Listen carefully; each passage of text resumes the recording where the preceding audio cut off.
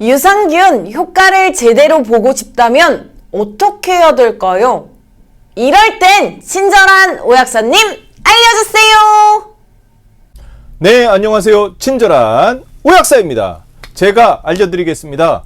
우리가 자주 먹는 면역력에 직접적인 영향을 주는 유산균, 프로바이오틱스, 프리바이오틱스, 포스트바이오틱스, 이러한 유익균을 제대로 올바르게 알고 먹는지, 올바른 유산균 섭취법을 알지 못한다면 유익균이 늘어나지 않아 제대로 된 효과도 못 볼 수 있습니다.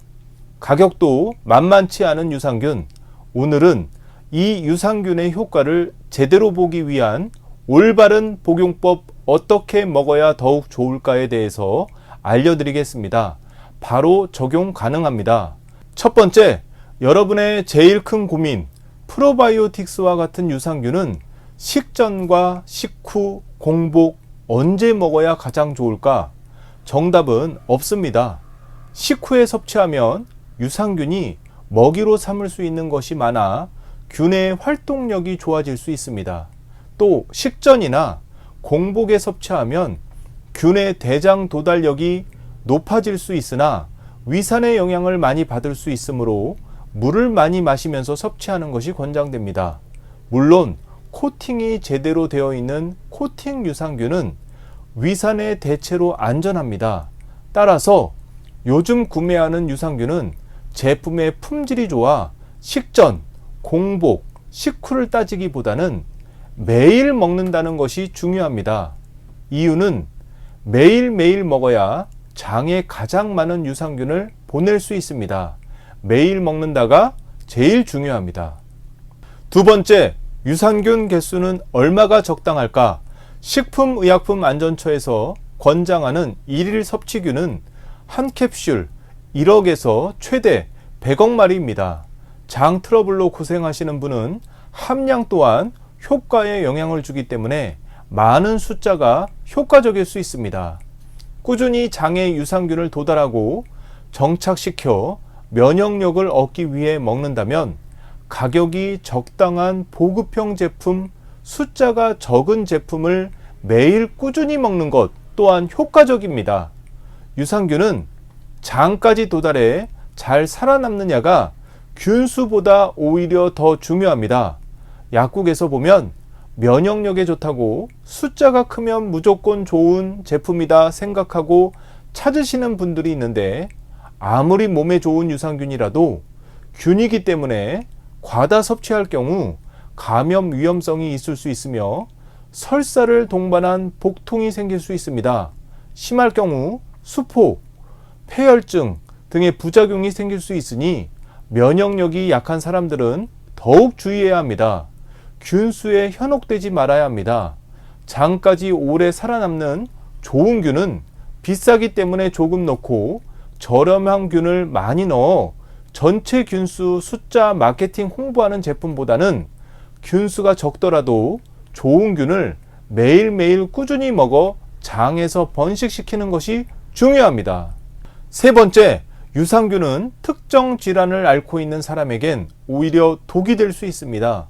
암 환자나 면역 억제제 복용자, 크론병, 장누수 증후군, 면역력이 떨어진 사람에게는 유산균이 오히려 일반 세균처럼 작용해 감염을 일으킬 위험이 있습니다. 먹지 말아야 합니다. 일부 균주에서 면역 억제 치료를 하거나 염증성 장질환 또는 대장암 등이 있는 경우 느슨해진 장벽을 통해 혈관으로 직접 균이 유입돼 감염을 유발할 수 있다는 보고가 있습니다. 다만 영유아나 산모, 고령자에게서는 프로바이오틱스 제품을 복용하는데 큰 문제는 없습니다. 따라서 백신도 그렇듯이 유산균은 살아있는 균입니다. 내 몸이 평소 면역력이 좋은 상태를 유지하고 그런 상태에서 복용하는 것이 제일 중요합니다. 유산균은 내 몸 면역력이 약해졌을 때 먹는 것이 아니라 건강한 내 몸 면역력을 약해지지 않도록 하기 위해 생균을 먹는 것입니다. 네 번째, 음식을 짜게 먹으면 내가 먹은 유산균이 죽을 수 있습니다. 고염분 섭취는 장내 세균, 락토바실러스균의 숫자를 줄이기 때문입니다. 락토바실러스균이 장에서 사라지면 혈압이 오르고 몸에 염증이 잘 생깁니다. 짜게 먹지 않으려면 국물 음식, 젓갈류 조금 줄이고 과일, 채소 많이 드셔야 합니다.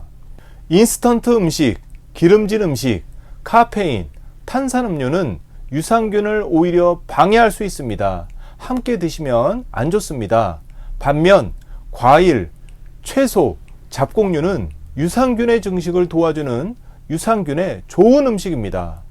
5번째, 얼마나 먹어야 할까? 어떤 유산균이든 최소 한 달 이상은 매일 꾸준히 먹어야 효과를 볼 수 있습니다. 유산균이 장에 잘 도달하고 정착하기 위해서 코팅된 제품을 먹는 것이 중요합니다. 위산에 강한 코팅이 잘 된 제품이 좋습니다. 6번째, 항생제와 동시에 먹지 말아야 합니다. 항생제의 모든 치료가 끝난 뒤부터 복용하시거나 같은 날 먹으려면 항생제를 복용한 뒤 2-3시간 정도 지난 후 항생제가 완전히 흡수된 후에 먹어야 합니다.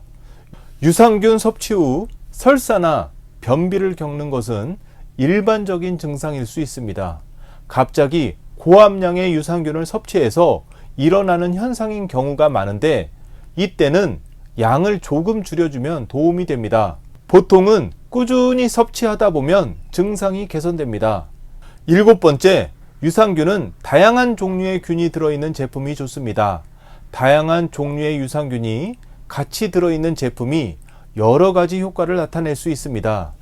최근 코로나19가 유행하면서 면역력이 중요해지고 있습니다.